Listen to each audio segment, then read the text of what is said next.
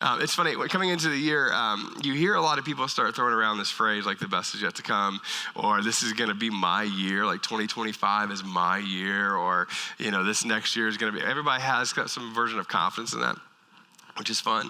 But then what you also know is true for many people is you probably have done that at some other point in a year, and then you snuck up on the year and you're like, this didn't end up being quite what I thought it was going to be.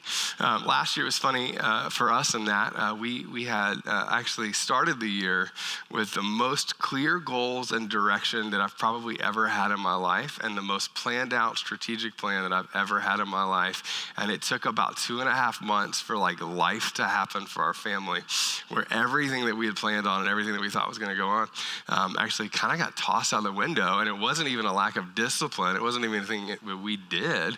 It was just life happened, things that we couldn't even control.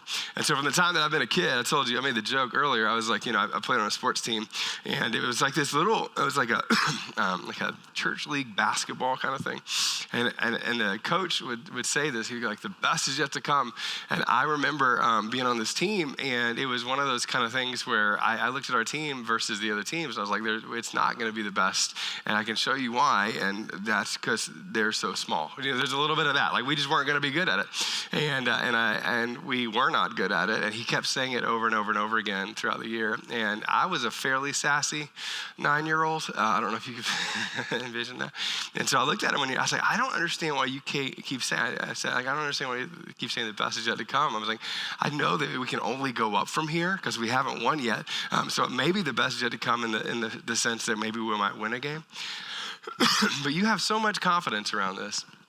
And I'll never forget, he looked at me and he talked about this for a second. He said, at the end of the day, he's like, there is a perspective that people have in their life that isn't just about, success or even just about getting things done. It's actually so much bigger than that.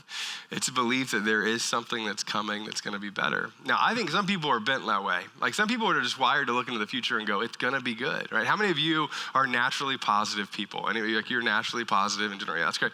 How many of you would not be that as much? Anybody? Go ahead. Yeah, that's great. You're a little bit more of a worrier. Yeah, that's good too.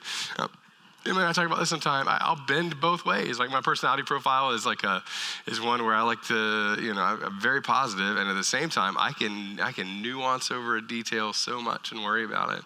And what's interesting about this idea is that the best is yet to come is one of those things where if the metric is the best is yet to come, and it's going to be exactly the way I planned, or it's going to be good in the way that I thought, that doesn't make any sense. And the phrase "the best is yet to come," I don't think is true. But if the idea is that there is a capacity for all of us to experience better later, and not necessarily better in the sense of like it's exactly how we planned or what we thought it should be, but better in that we become better people and more of who God is calling us to be, that I think no matter what life circumstance you have the capacity to experience better, right? So what we're going to do over the next few weeks is we're going to take this phrase and we're going to take a few ideas and we're going to talk about decision making.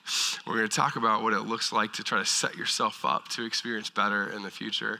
Now, but today what we're going to do is we're going to talk specifically about like what it looks like to make great decisions around this. Now, some of us have been brought up in very like legalistic backgrounds where when it comes to the things that you were given, everything was very black and white. And then you got to middle school and you realize that not everything is black and white. And at some point you were going, I'm making decisions in a weird gray area and I don't always know how to do this well, right? And so sometimes you experience things like this where you were going to make a decision and the decision basis that you had was something like this. Like, if it's not wrong, right? If it's not wrong, it must be all right? So I don't know that I have great clarity on the decision that I'm gonna make, or I don't have great clarity on what's next. But if it's not like a wrong thing, then it must be an all right thing to do, right? Another version of this is like, look, if it's not immoral, then it must be acceptable, right? So if it's not an immoral thing to do, then I should be able to do it, Like, if it's not an immoral thing, I should at least be okay to step out and do that sort of thing. And then the other one is this, and I stole a couple of these lines from Andy Stanley because I thought it was so good. The other one is this, like, if it's not over the line, then I'm fine, which is like every high schooler who's dating mantra. Do you know what I'm talking about? Like if you teach middle school and high school, student ministry, it's like, how far is too far? The only question you ever, like, can we talk about theology? No, the only question is this, right? How far is too far? And if there's a line, how do I do it? Now, as adults, what's interesting is though, we often approach it the same sort of way. We just do it in different places, right? Like if it's not over the line, then I'm fine. We approach sometimes our finances this way. Like you have dreams for what you want to accomplish financially, but then you go like, hey, I don't feel like I'm over the line, but at the same time I go, there's not a lot of margin for me to move here, And so you get as far to the edge as you can possibly get, and you go, wait, you're kind of like dancing here, and it's not that you're doing anything wrong, but you're just kind of there. So you do this relationally too, right? When it comes to your marriage, there are parts of your marriage where you go like, I know that I can maybe be lazy in this area in my relationship, and I'm not over the line in terms of like frustrating them to no end. And at the same time, like I know I should take out the trash. Do you know there's a little bit of that? Like I could do more, I could go further, I could actually think about them more than I do, but I kind of flirt with this, like I don't do all that I could do. I kind of stop short. And this living on the edge idea really moves many people, and we'll go to the next. Yeah, it's like living on the edge for us is one of these things that when it comes to actually making the kinds of decisions that where you can experience like a better future, right? Living on the edge like this rarely ever works out the way we hope that it works out. And it rarely ever leads us to a good place, right? Like being a pastor, part of what I do is I sit with people who oftentimes have lived on the edge and then moved past the line, or life happened to them and they moved beyond the line. And when they move beyond the line, they just experience regret. And then all of a sudden you look at the regret, and this is what gets so difficult about all of these decisions. And you've experienced this, I've experienced this, all of us have experienced this to a degree. Is when you experience the regret on the other side of it, you realize this: most of that regret was avoidable if we weren't asking the overly simplistic questions that we just talked about earlier. Like the vast majority of the financial regret that you have in your life, right? Come on, you know this. Not all of it, but most of it was because you just decided to live close to the line or too close to the line without margin. Most of the relational regret, same sort of thing. You didn't create margin for wise people to speak into those spaces, right? And so what happened is you lived on the edge, you lived on the edge, you lived on the edge. You dated that person, like, oh, I regret dating them. And they are a footnote in your story, but the footnote's real big. Do you know what I'm talking about? Like one of those kinds of things. You just go like, I regret that sort of thing. Right, people, this can be in all sorts of facets in our life. Now, when you look at this, I put it in my notes, I said this: living on the edge eliminates any margin for error and sets the stage for the avoidable regrets that we experience. And the wisest people that the wisest people that I know go, hey, I recognize that there is going to be regret that's potentially, open or available in the future. But I want to live in a way where I am far enough from that line to where I don't experience it, right? Now, there are parts of this that, you have immediate, ideas around. Like there are parts of this where you go like, I had that night in college where I drank too much and I had regret around that sort of thing. Those are easy ones you go, yeah. The ones that aren't so easy though are like, when you talk about parenting earlier, like things like this, marriage, a lot of the regret that we experience are like these sort of small decisions that like compound over time, over and over and over and over again. Like I love what you said about impulsive spending. Did you say impulsive spending? Sure. I laugh about this with Target. Like I joked about Target, and then I got a software program that tells me how much I spend at every store. Have you ever done this? This is a great way to go into depression. And so what I did, or do it about like how mine is like eating out. This is mine. Mine is eating out. Like that is, if I were going to pick one financially, I'd say like, so we did this recently. So I just changed their budgeting thing and I looked at it and it told me like for which restaurant I spent the most money at. Okay, shh. Yeah. I'm just kidding. I keep them in business. Anyway, so, no, I'm just kidding. But no, I laugh going like, when you look at this and you go like, I look at it over a week, I'm like, that's not great. I look at it over a month, I was like, calm down. I look over it over 6 months, I'm like, And then I look at it over a year and I'm like, that's a car. You know what I mean? Like that's a car, you know? And you look at it and you go like, but that's more of what happens to most of us. Is if we were gonna fast forward a year from now or 2 years from now or 5 years from now, 5-year version of you, looking at the version of you now, if they could talk to you, and if that person could look at you, what they're gonna say is, likely it's not all the massive major decisions that sometimes we drum up in these things. It's gonna say, get in the floor with your kids and play more, because that's a short season. They're gonna say, go on a date night, even if you don't feel like you can afford it that week, figure it out, because you can. They're gonna say, pay attention to these areas, right? Spiritually, here's the big one. This is always the fun. A lot of people don't start spiritual disciplines because, you know this, it's not easy to, go, I'm gonna spend 10 minutes a day reading the Bible for some of you. But then all of a sudden you realize because you don't feel like you can do it 365 days of the year, you just don't do it that year. And 5-year version of you is looking at you. It's not 365 days. It's not about perfection. It's not about that at all. It's about looking back and going, are you spending time with Jesus? And you look at all of these things and you realize it's not about perfection. It's not even about a big checklist. Now, this is one of the things that Andy says so well, and I love this. He says, direction will determine your destination, which means this. When it comes to your decision making, one of the biggest things that you can figure out isn't going, how am I going to check all the boxes? Going, where am I actually going? Am I going in a direction that leads me to where ultimately I know that I'm called to be? And so today what we're going to do is I'm going to give you 2 questions, and then I'll say we're going to look at one verse. I'm going to give you 2 questions, and then I'm going to set us up for where we're going to go for next week, right? First question I'm not going to answer today. We're going to pick up with next week. And then the second question is actually what we're going to spend our time on. First question is this. It's asking the question, what does God actually want me to do? And I'll tell you why we're not going to answer this today, is we have to kind of get to the second version of this, I think, before we get to the bigger version, right?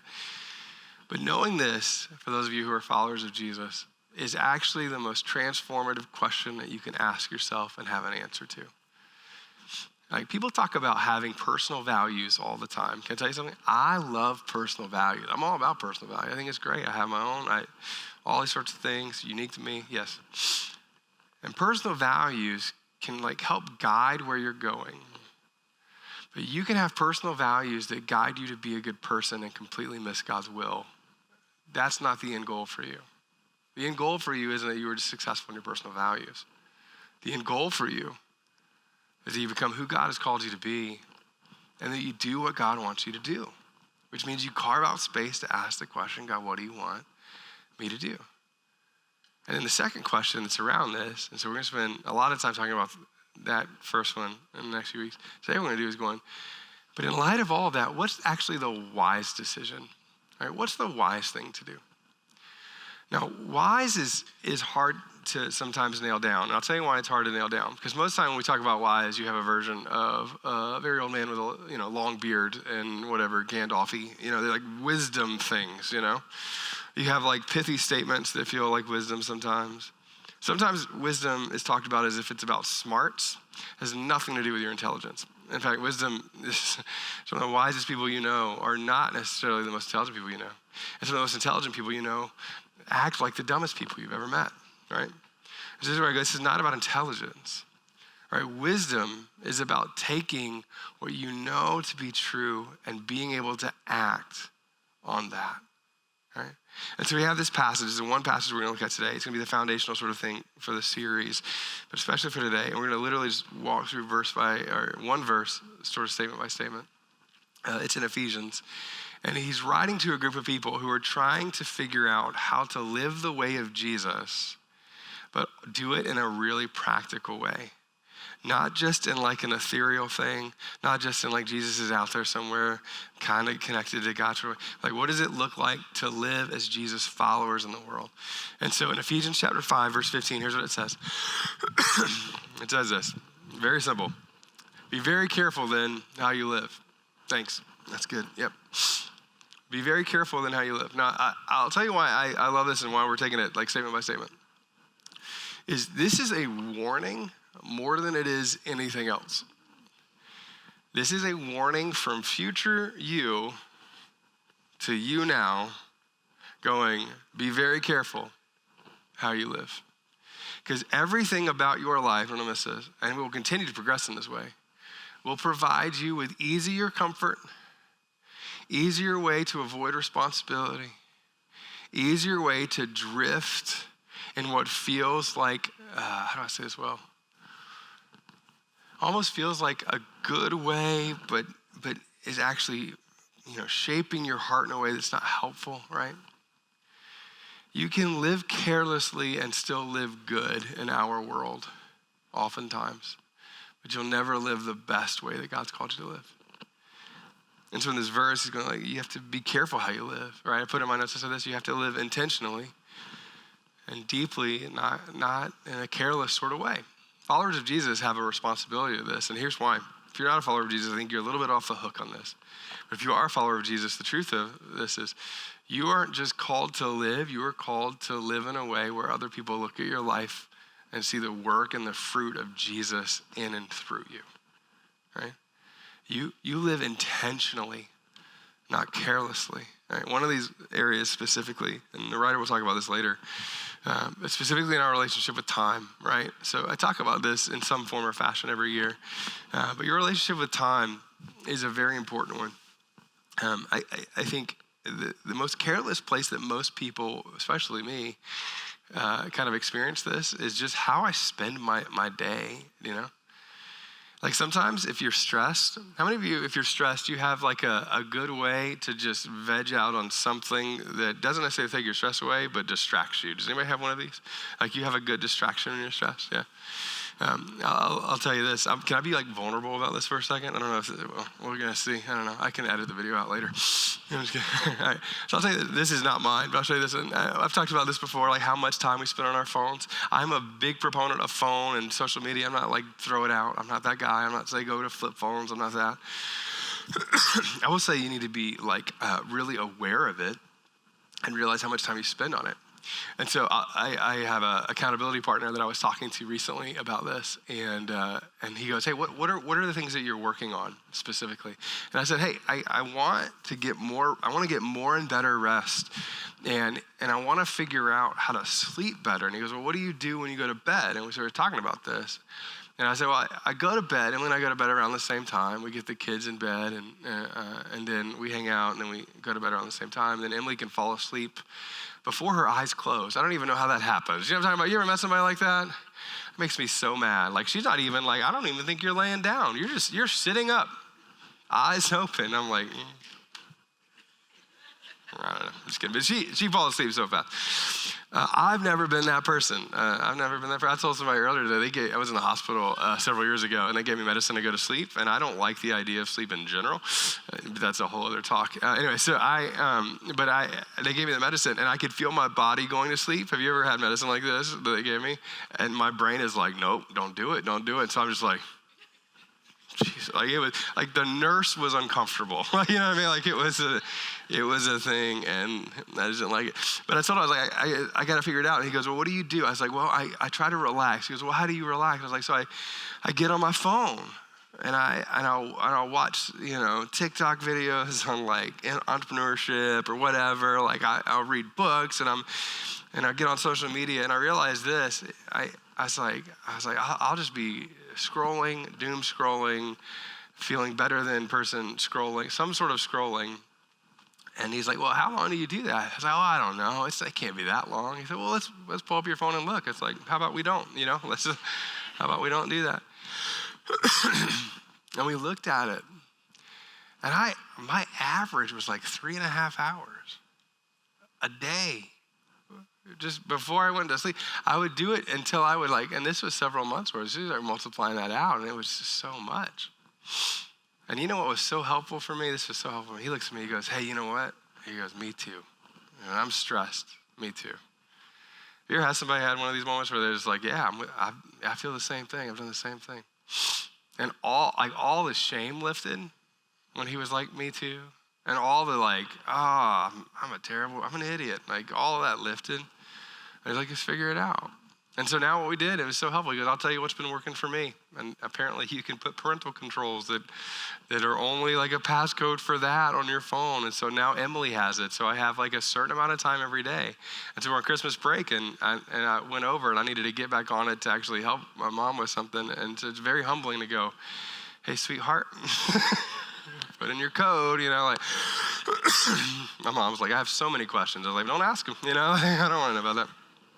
And I laugh going like, hey, but you know what is true about that is when I go into this year, right, here's what I know. I will be less of a father and less of a husband, and I'll be less of a pastor. Physically, I'll be less if I don't get that right. Right? Now you're like, man, that's such a small thing. That feels like just a discipline thing. And it is, but it's a spiritual thing. It is absolutely a spiritual thing. All of these minor disciplines that cause you to waste parts of your life are a spiritual issue at its core, right? You know what is this? Like your calendar, right? Your relationship with time when it comes to your calendar. I think about this all the time. I'm like, every time you don't say no, when you know you should say no, right? You're robbing yourself of the people you should be saying yes to, right? My favorite lines, I've heard it from 7 or 8 different people, so I wish I could quote who said it. I don't know who said it. They said, the only person who will know how late you worked at the end of your life will be your kids. Isn't that funny? Like your boss isn't going to care how late you worked at the end of your life. No one's going to come and commendate. That's not a word, but no one's going to do that. But the person who will know will be your kids. And I was like, whoa. And I go, that is true. Your spouse will know, right? Your yes to everything that you say yes to, and you're going to have opportunities because you're great and you're smart and you're talented people. But all of those yeses not weighed against what God is calling you to do first, I'm gonna miss this, is actually a no to God's best. And that sucks, right? That's hard. Because at the core of that, almost at the core of that is you going, how do I balance what God is calling me to do? And how do I say the right yeses and the right nos within the context of what he's leading me? All right, the verse goes on, it says this.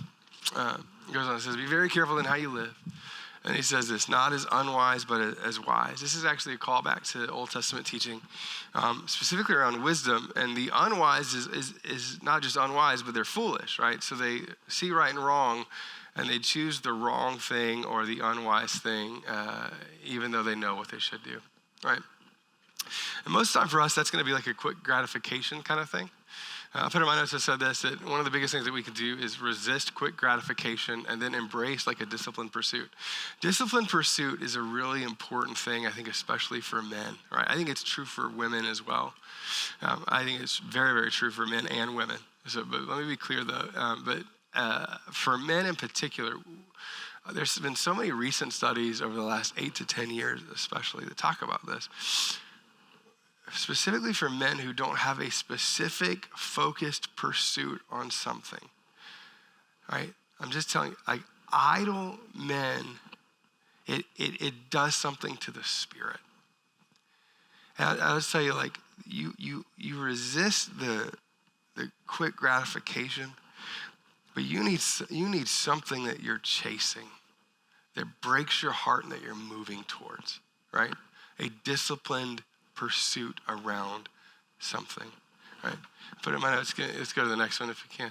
The question is this: what are you actually pursuing?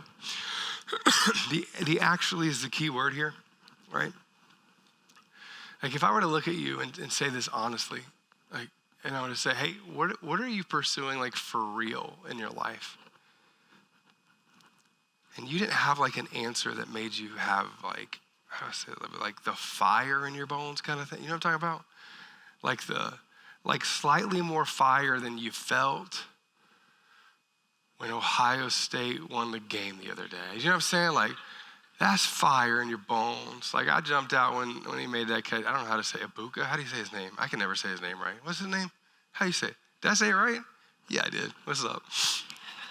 Woody Hayes. Anyway, so yeah, he made that catch. I came out of my seat. Like I lost my freaking mind, and Emily was laughing at me, but I laughed, going like, you feel this like fire, and it's like quick.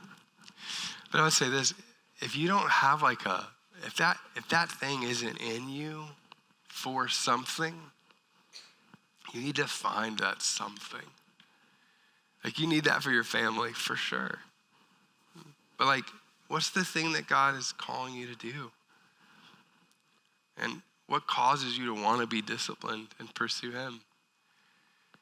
Can I tell you something? Maybe you never heard a pastor say this out loud, but like, I give like zero. Like I don't care that much that you have like a daily quiet time so that you can have a daily quiet time. I want you to want to be in God's presence every day. And you go, well, how do I fill that in? I think a quiet time is a great way to do that. But I think you need to like want that. Because when you want God's presence in your life, it drives you to experience him. Like I told Emily the other night, last night we've all been sick all week. And not contagious anymore, first 2 rows. Doctor told me, promise. But we do Christmas, and then we have everything here, and then we have family, and then we travel. Have you ever been around your spouse, but you go like, I haven't seen you in like 2 weeks? Do you know what I mean? Like we've been around each other, but there've been 3 kids touching you the whole time. Do you know what I mean? And just some of you are like, yes, I understand that. Like I was like, man, we hung out last night for the first time, watched Garage Sale Mysteries on Hallmark. Don't tell anybody I said that. I'm definitely editing that out. Anyway, and I was like, we just hung out and laughed and made fun of it, and it was so much fun. We just hung out for the first time, I felt like, in 2 weeks. I was like, man, I miss you. And I thought about this. I was like, I just want to hang out with you, you know? And everybody makes spirituality so weird with this when it comes to God. I was like, it's not. It's actually not super complicated. It's like, I've experienced God's presence enough to know that I want God's presence. And because I want God's presence, I'm going to find a way to be in God's presence. That's what disciplined pursuit means when it comes to Jesus. He goes, like, I was in my car and I talked to Jesus. Right? I was in line the other day at Chick-fil-A, ironically. And they help you talk to Jesus there. It's kind of cool. Like, my pleasure. Yeah. Like, there's only 3 references in one day. They should come to our church at this point. I don't know. Yeah, kidding. That disciplined pursuit, one of the things I've prayed over our church and prayed over you is that you just deeply desire that, his presence, and that the driving force of the discipline is because you want it, right? What are you actually pursuing? The second one is this over here. So you pursue it with passion and urgency and consistency. That's the fire part. Like the urgency and the consistency is the fire part. When you find someone who has this disciplined pursuit in their life, you rarely find people who are also entangled in so many other things. When they found joy and meaning and a deep connection to what God has called them to do, and they're anchored to that, and they're pursuing that,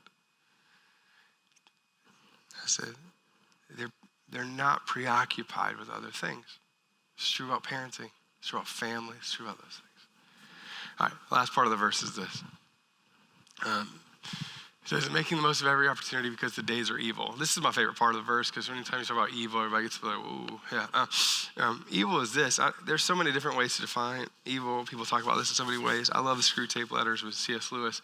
It's almost like this. If there was a deceptive force in your world, and the 5-year version of you and current version of you, and there was a path to the best version of whatever that is, the simplest way, I don't know how to talk about this, the easiest way is to go like, there is a force, I do deeply believe this, that is trying to just get you to go this way. Just in subtle ways to go this way. However you look at that, to go that way. And one of the most clarifying questions that you can ask yourself as you're moving towards the things that you know that you should be moving towards is this: is this actually a wise decision? Is this a wise decision? Now, when I say this, I'm going to say this like really clearly. The wisdom component of this takes into account the fullness of who you are, right? I was given the same question when I was in middle school. I've never found a better question around wisdom. It's just clear, it's super easy, but it says this: it's going to take into account the fullness of who you are, not just who you are right now, and help you make decisions. And it's going to take the fullness of who you are based off of your past, right, and your present, and where you're headed, right? Right? So the wisdom question says this: in light of my past experience, right? In light of my past experience, what's the wise thing to do, right? Now, so I'd say this: the wise thing for me to do as a person who doesn't like to sleep anyway, and have my phone near me in bed, and also just scroll for 3 hours before I fall asleep, the wise thing for me to do is not to have full access to that on my own, especially until I get the right disciplines in place. That's unwise. Past me has already proved to current me that I don't handle that responsibly, right? I'll tell you another version of this. This is another version. I had a guy who's a Fortune 500 CEO, one of the wisest men I've ever met. Love talking to this guy. He told me, I was like, I couldn't figure out how to get home and not be distracted when I first got home in ministry. I think I've told you this story before. He's like, hey, you pick a spot on the way and you go, I literally, I flip a switch. I move my hand in a motion where I flip a switch. He goes, for him, it was a McDonald's on the way home, right? I'll tell you, I've had to figure that out in every season of my work life since I've been married. The wise thing for me to do is to go, in light of my past experience of myself, I know when I come home, I am naturally prone to carry those stresses into the first 2 hours of my home life, right? That my past experiences told me that. I got data for it. What's the data? Me, right? I got data for it. And so I'll tell you, the wise thing for me to do is to take his advice. I've picked a spot. I work out of the house now. It's our banister, right? When I walk out of my little office room in our house, I see the banister before I come downstairs. I'm like, that's when I do it, right? So what are those things for you? Right? Everybody talks about, I grew up in a super legalistic, people talk about alcohol around this. Alcohol is always an easy one to talk about. People are like, in light of my past experience, right, what's the wisest decision for me? Sometimes people go like, do you think it's wrong to drink? I was like, I don't know. Is it wrong for you to drink? That's a question. That's the question. You know what I mean? Like that's the more intense question. When it comes to substances, those kinds of things, the question isn't, is it right or wrong to drink in particular? I would say the harder question, is it right for you to do that? And if past experience has told you that's not a wise decision for me, who cares what anybody else thinks about it? The answer for you is no, right? This is true when it comes to pornography, sex, all these kinds of things. Like, what's the wise thing? In light of where you're headed, what's the wise thing for you? And so I would say making those decisions in light of your past experiences is so important. The other one is this: your current circumstances are always changing, right? Always changing. Every family season that you're going to be in is a different stage and season. Every marriage season you're going to be in, every work life season is going to be different. All that's going to be different. So in light of your past experience and your current circumstances, hear me on this. What are my current circumstances like? Right? I'm more stressed and tired because I know in this season of work it's going to be harder. So what's the wise thing for me to do when it comes to the way that I eat? What's the wise thing to do when it comes to the margin that I give myself when it comes to sleep? What's the wise thing to do when it comes to how I handle myself in these seasons? In light of my past experience, current circumstances, and then the other one is this: the future you or your future hopes and dreams. When it comes to my future hopes and dreams, what's the wise thing to do based off of where I feel like God is leading me to be with my life, right? And every decision that you make, right? Every goal that you set, every approach that you take, please don't miss it. It is going, God, in light of my past experience and everything that I can currently see around me and where I'm heading, where I believe that you're calling me to be, what's the wise thing to do? And so here's the overly simplistic question, and it can feel overly simplistic. In light of my past experience, current circumstances, and future hopes and dreams, what is the wise thing for me? What's the wise thing for me to do? Now, here's what I'm going to tell you, and I'll be really honest about this, and we're going to wrap up in a second. I'm going to give you one more quote here in a minute, and we'll wrap up. I am good at lying to myself on all of these, right? No one is better at deceiving you than you. So the only way in and through this is to be radically honest with yourself and to do this well. And so I put in my notes, it's kind of like the 2 takeaway statements, and that's this, that everybody ends up somewhere. The wisdom questions ensure that you end up where you want to be. So this is what I do, and it actually came from that guy who's the CEO of that company that has been coaching me over the years, all these kinds of things. But I'll tell you what he told me, and I actually have never shared this like this before, and I do this at least every year, but usually I'll even do this, even in 6 or 9 month intervals, but I'll do this. This is kind of the challenge for you in the homework this week. Right? Because I want you to write a letter to yourself, right? Every year, every 2 years, whatever it is, from future you. As if you had the clarity of mind to know what you should have been doing for the year. And write it to yourself in the future. And then pull it out and read it consistently. And I'll tell you where this gets kind of wonky.